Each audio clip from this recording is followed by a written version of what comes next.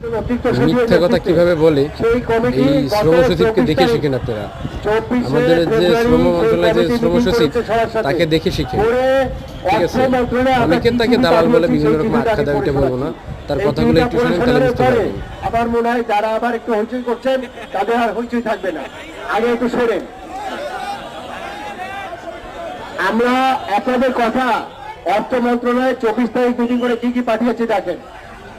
Outsourcing প্রক্রিয়ায় সেবা গ্রহণ নীতিমালা 2018 3 নং অনুচ্ছেদে 8 নং কলাম স্পষ্ট লেখা আছে, প্রতিষ্ঠান চাইলে মধ্যভোগী ঠিকাদার বাতিল করে সরাসরি সেবা প্রদানকারী প্রতিষ্ঠানের সাথে চুক্তি সম্পন্ন করতে পারবে।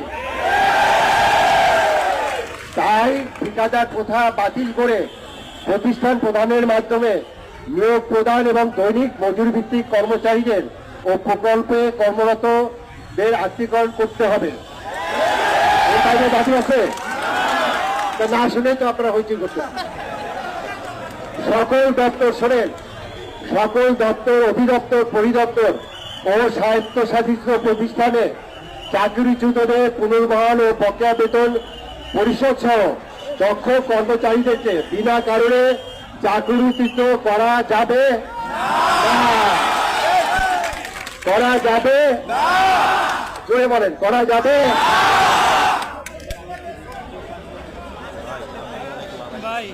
এবং